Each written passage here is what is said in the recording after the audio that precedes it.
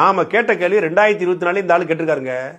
Okay, இன்னொரு பக்கம் விஜய் வராரு. இல்ல, இந்த விவாதமே தவறுன்னு நினைக்கிறேன் நான். அம்பேத்கர் அவர்களும் அண்ணா அவர்களும் எடுத்தவனே எப்பயுமே நாங்க ஆளுங்கட்சி, நாங்க முதல்வர் வேட்பாளர்ங்கிறது சொன்னதே கிடையாது. முதலமைச்சர் ஆகிறது மட்டுமே ஒரு பெரிய பயணமா நினைக்கிறாங்க. அது கிடையவே கிடையாதுங்கிறது என்னுடைய நோக்கம். பிரபலம்ங்கிறது நீங்க பார்க்காத வரைக்கும் தான் பிரபலம். நீங்க டெய்லி பாத்தீங்கன்னா பிரபலம் போயிடும். இப்ப எம்ஜிஆர் அவர்கள் மட்டும்தான் வெற்றி பெற்றிருக்காங்க. நீங்க ஒண்ணு புரிஞ்சுக்கணும். எம்ஜிஆர் அவர்கள் 1953 திமுக சேர்ந்தவர்.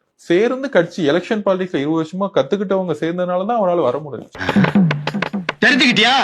இன்னைக்கு மக்கள் மத்தியில ஒரு மிகப்பெரிய செல்வாக்கோட 28%, இன்னைக்கு இருக்க லேட்டஸ்ட் 28% நாங்க கிராஸ் பண்ணிருக்கோம். இப்ப 26ல நம்மளுடைய தலைவர் தெளிவா சொல்லிட்டாரு, டிவிகேக்கும் டிஎம்கேக்கும் மட்டும்தான் எங்க ஃபைட். ஏன்னா எங்க மக்கள் சக்தி இருக்கோ கண்டிப்பா வரும். இன்னும் குறிப்பிட்டு சொல்ல போனா நான் சொல்றேன், இன்னும் பிப்ரவரி மாசத்துக்குள்ள இன்றைக்கு இருக்கக்கூடிய 2 அமைச்சர்கள் தாவே கட்சியில் சேருவாங்க. அது நடக்கும். நீங்க பாருங்க என்ன நடக்குன்னு பாருங்க. நீங்க திமுக இருக்கிற 2 அமைச்சர்களே சேருவாங்க.